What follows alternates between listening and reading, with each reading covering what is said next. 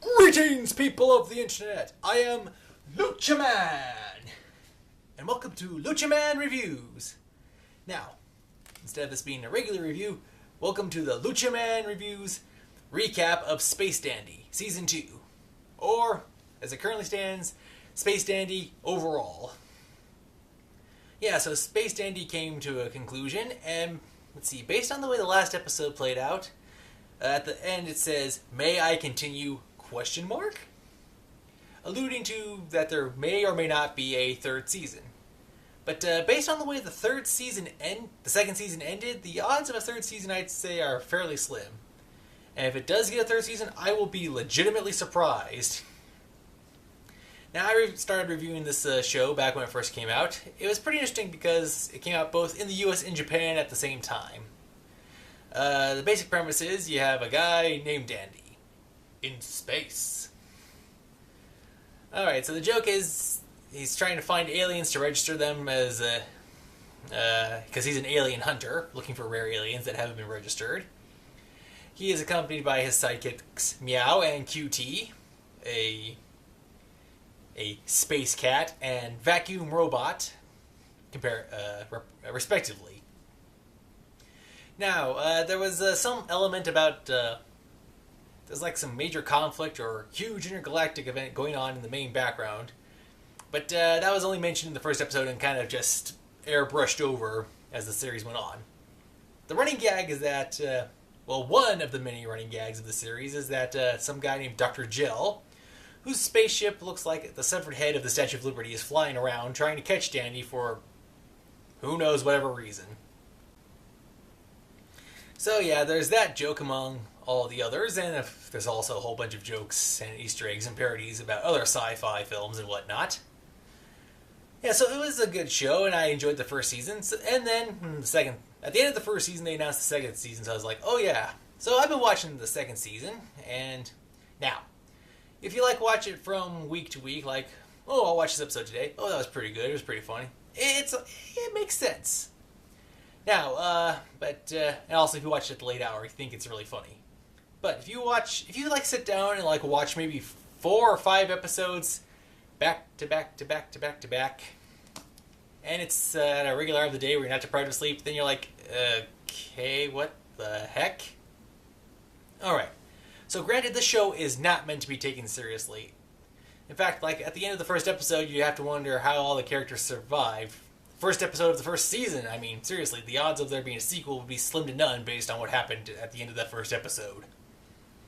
And yet it continued on. It was just basically the joke of the day or adventure of the day. Kind of like the old TV programs or even the old radio programs from way back in yesteryear. Honestly, there was the second to last episode. They actually had an actual cliffhanger before the grand finale of the series. So the episodes leading up to the last two were just generally goofy, off the wall, anything and everything goes. Pretty much, the episodes made no sense. Of course, that's pretty much saying the whole series in general. And then by the end, there was a big climactic ending and whatnot, and well, I'm somewhat unsatisfied with how this show ended. It's kind of based on I'm not sure how this came about, but like I said, I'm not happy with how it turned out. I called BS on how the last part of the episode played out.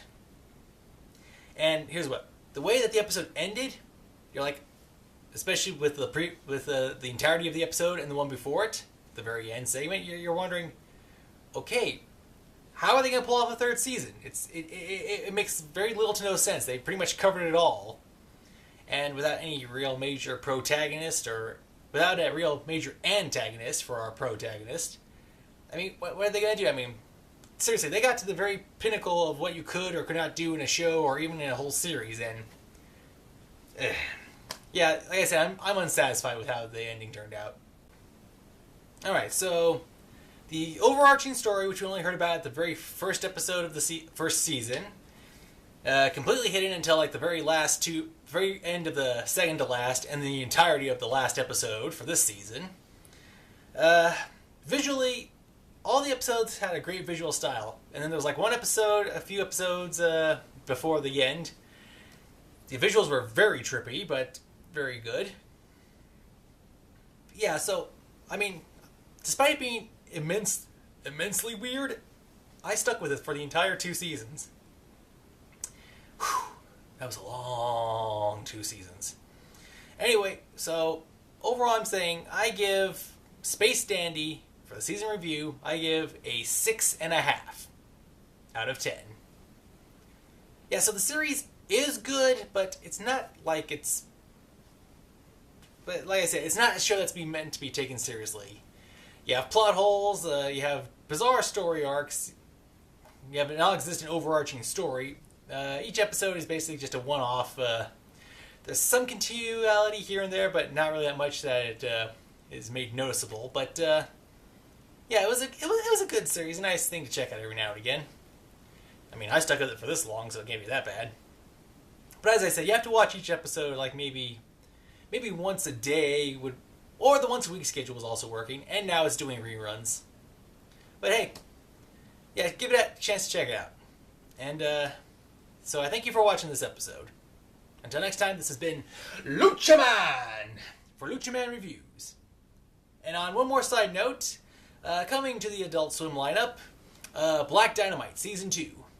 I have the DVR set, and I will record it and watch it. And after that, I will give you guys a review of that. So until next time, thank you for watching, and have a nice day.